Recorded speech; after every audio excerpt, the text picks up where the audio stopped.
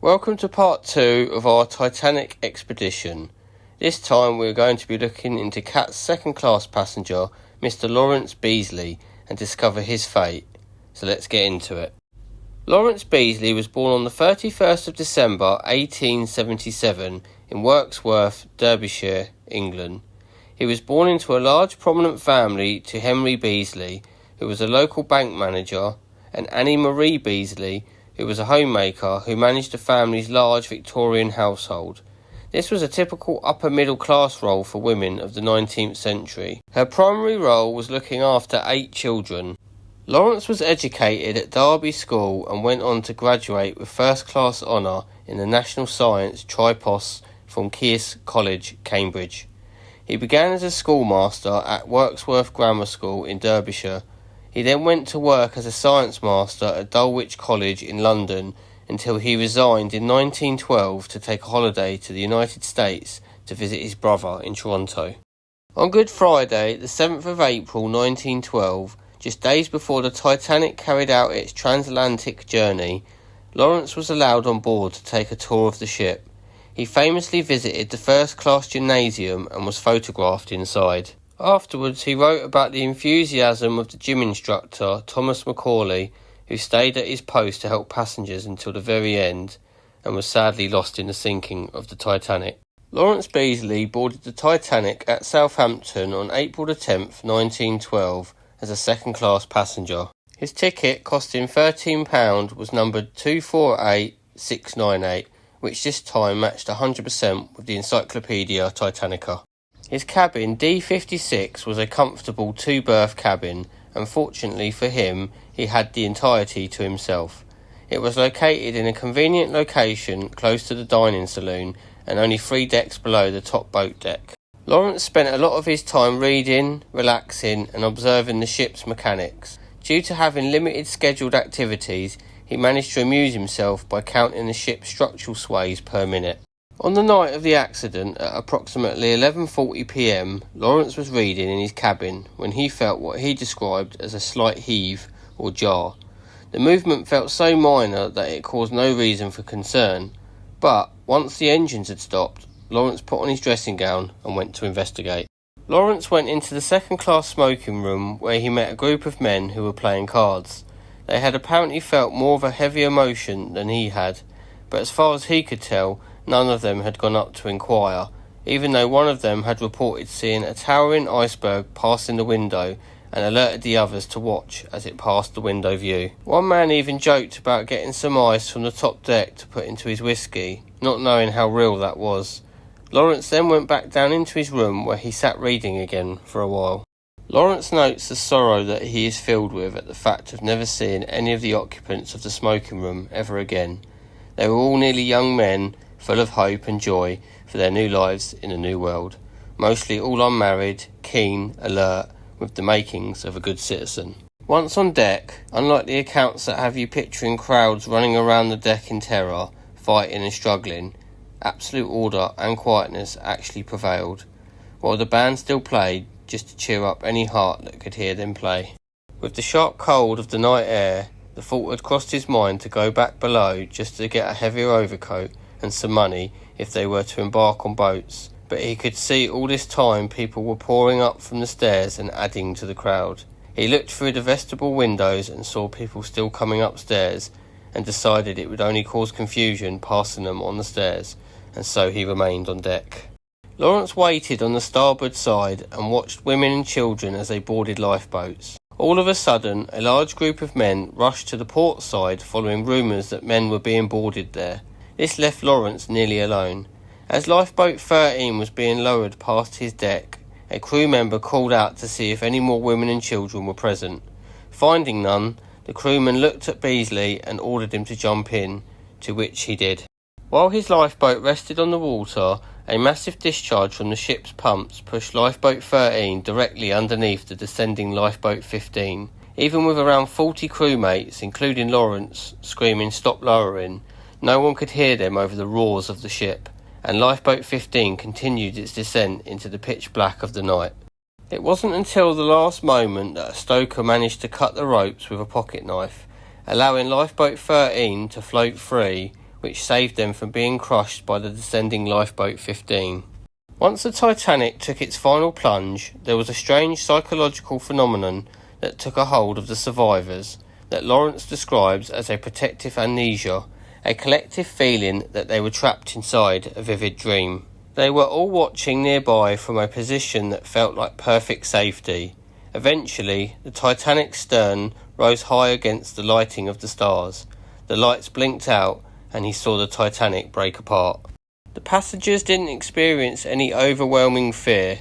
They just had a detached feeling, as if they were just spectators watching a play from a distance, held by a subconscious certainty that soon the nightmare would disappear, and they would wake up safely in their own bed. A strange turn of events arose. Even though it was pitch black and crowded on board the lifeboat, Lawrence heard a familiar voice and called out, "Are you Miss?" The familiar voice replied, "Yes, you must be Mr Beesley." How curious we find ourselves on the same lifeboat. They both agreed that of all places in the world to recognise a mutual friend, a crowded lifeboat afloat in mid-ocean at 2 a.m, 1,200 miles from our destination, was one of the most unexpected. There were countless loud cries at first, but they faded away gradually, one by one. The night sky was clear, frosty, and still. The water was smooth, and the sound must have carried on its surface free from any obstruction for miles, certainly much further from the ship than they were situated. Lawrence mentions that he thinks the last of them must have been heard nearly 40 minutes after the Titanic sank. Lifebelts would have kept the survivors afloat for hours, but it was the cold water that stopped the cries for help in the end. At about 4:45 a.m, Lawrence's lifeboat managed to tie up alongside the rescue ship, the RMS Carpathia. Lawrence safely boarded the ship, still in his pyjamas under his coat. Lawrence Beesley was incredibly fortunate, as second-class men had an 8% survival rate, yet he became one of only 13 or 14 men to survive. After arriving in New York, he immediately began writing his memoir to record the facts objectively before they were distorted by myth. History might remember the Titanic through a lens of myth and chaos, but because of the writing of a second-class passenger and science teacher, Mr Lawrence Beesley, we have the most accurate descriptions of that fateful night, more than any investigator or novelist could ever provide. If it wasn't for his training, Lawrence Beesley wouldn't have been able to observe that night in a calm and analytical way that documented the subtle realities of a night that people would never forget. When Lawrence was 80, he visited the set of the Titanic film, A Night to Remember, and tried to sneak onto the set for the final plunge, hoping to symbolically go down with the ship this time, but he was spotted and asked to leave by the director due to union regulations. Lawrence Beesley peacefully passed away at the fine age of 89. This was such a crazy story to read, and it makes us wonder if it was just blind luck or a calculated destiny of survival by an unknown design. Please let us know what you think in the comments. I would like to finish this off with some quotes from first-hand reports written like no one else could from Lawrence Beesley himself. I think we all realise that time may be measured more by events than by seconds and minutes. The clock was a mental one, and the hours, minutes and seconds marked deeply on its face were emotions, strong and silent. The sea was as smooth as landlocked water, smooth as a glass of water. There was not a breath of wind, the sky was clear and the stars brilliant. The general atmosphere was peaceful, and all on board responded unconditionally to it. The air was intensely cold, a sharp, biting cold that made everyone shiver, but it was a dry, clear cold, and the stillness was something absolute. The sea stretched in level beauty to the skyline. The stars were intensely bright, and so unusually large that they seemed to be hanging down like lamps. The reflection of them in the calm, oily sea was so perfect that it was difficult to tell where the sky ended and the water began. As we looked down over the side, the distance to the water seemed enormous, seemed an immense height.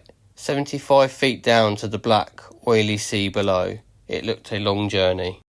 The creaking of the ropes and the blocks, the scraping of the boat against the side of the ship as she went down foot by foot, and the cries of "lower away" from the deck above, all combined to make an impression that can never be forgotten.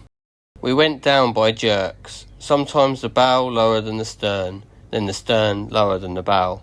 We had to hold on tightly to the sides to prevent being pitched out. It required great care to keep the boat level. She was turning vertically downwards, bow first. The stern was lifted clear out of the water until it stood up against the sky, a huge black shaped silhouette against the stars. It seemed to remain poised there for a considerable time. Suddenly, the lights, which had shone brightly up to that moment, died out altogether, then flashed on again for a moment and went out forever. At the same time, a noise which was not a single sound, but a long, drawn-out moan, agonising and continuous, came across the water, the heavy machinery breaking away from its bed and rushing forward through the ship. Then, with a quiet, slanting glide, she slid forward and downwards into the sea. The waters closed over her, and she was gone from sight. The space where the great ship had been was now a blank expanse of ocean, with nothing to show that the most wonderful vessel the world had known had ever existed. And all this time the Titanic was being cut open by the iceberg, and water was pouring in her side, and yet no evidence that would indicate such a disaster had been presented to us. It fills me with astonishment now to think of it. Consider the question of list alone. Here was this enormous vessel running starboard side onto an iceberg, and a passenger sitting quietly in bed, reading, felt no motion or list to the opposite or port side. On going on deck again, I saw that there was an undoubted list downward from stern to bow. The ship was absolutely still, and except from a gentle tilt downward, which I don't think one person in 10 would have noticed at that time, no signs of the approaching disaster were visible. Thank you for coming on this journey with us.